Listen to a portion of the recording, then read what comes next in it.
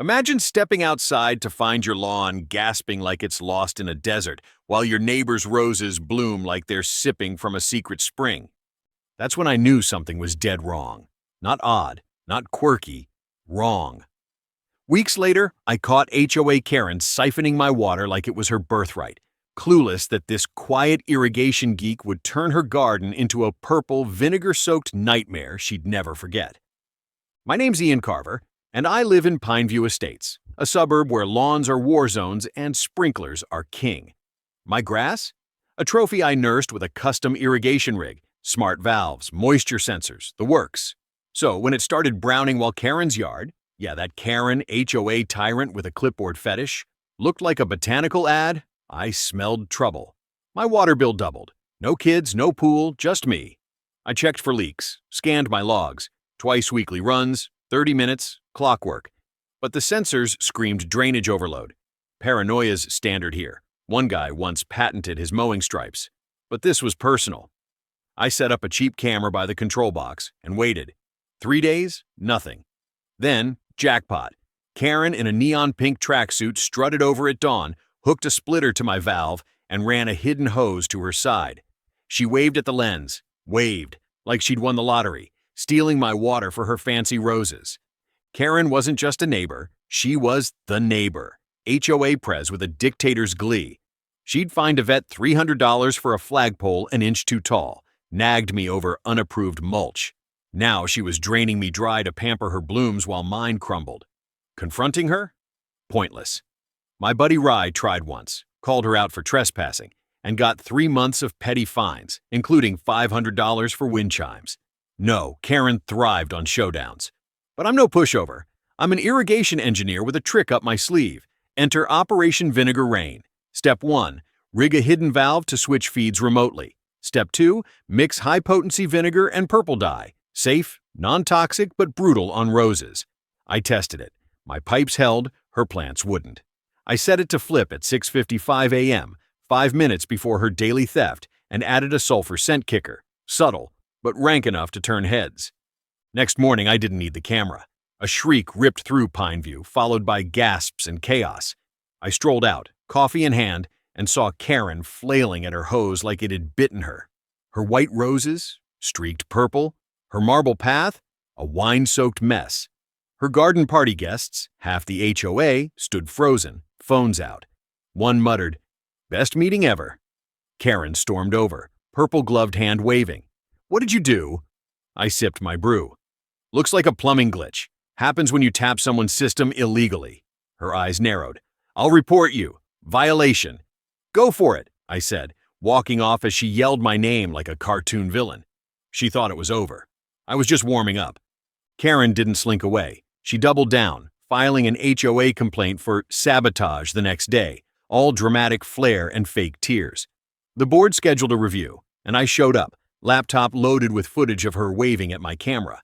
A board guy, Dave, ex-firefighter Karen Weary, whistled. "Well, damn, Karen." She claimed it was temporary with my approval from a potluck I'd been banned from. Chili with beans drama. Dave chuckled. Karen flushed. They couldn't find her without more proof. But I didn't care. I'd made my point. I wasn't her doormat. But Karen? She escalates. 2 days later, my locked valve was tampered with, replaced by a shady connector under mulch. She'd struck again, bolder, dumber. Haven't subscribed? Please do. And now, it's about to get even crazier with Karen. I'd upgraded. Pressure sensors, flow trackers, a snitch of a system. At 6:52 a.m., it pinged. I grinned, flipped the valve, and watched live as purple geysers erupted in her yard. She tried shutting it off. Too late. Spray hit her like a gag reel, soaking her knees down. Her landscaper rolled up, saw the mess, and yelled, "Nope, I'm out!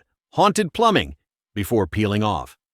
Karen retaliated with Beautify with Unity flyers, pushing resource sharing with digs at selfish folks. Me. I stayed quiet, tweaking my rig to sputter randomly.